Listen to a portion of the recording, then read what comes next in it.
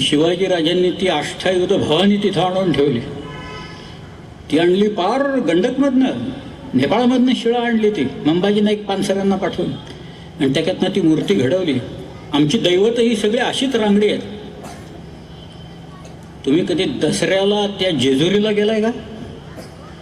तर सगळा भंडारा तिथं रात्रभर त्या कराय पठारावरनं ती पालखी येते. त्या पालखीचा खांद्यावर नुसती धरली ना, या आधीच 15-20 लोक धरून असतात त्याला. आपण नुसता खांदा दिला तर आपण खाली बसू इतकं ते वजन असतं सगळं, इतकं ते जड आहे सगळं प्रकरण.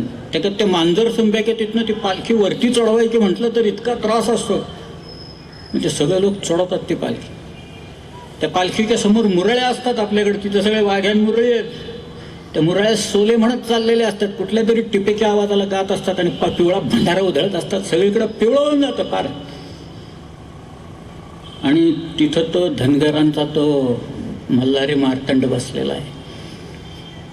काय त्याचे सगळं जे आहे ना, सह्याद्री म्हणजे वीररस, दुसरं काहीच नाही. ते वीररस तिथं गेल्याच्या नंतर एकच रस. शृंगाराला इथं थारा नाही, इथं फक्त एकच रस निर्माण होऊ शकतो, तो म्हणजे वीररस निर्माण होऊ शकतो. आणि तो शिकवतो, ते वीररसाची इंजेक्शन देतो तुम्हाला तो. ते त्यामुळे मग लोक जायला लागतात, प्रेरणा घेऊन जायला लागतात. ते तुम्हाला आश्चर्य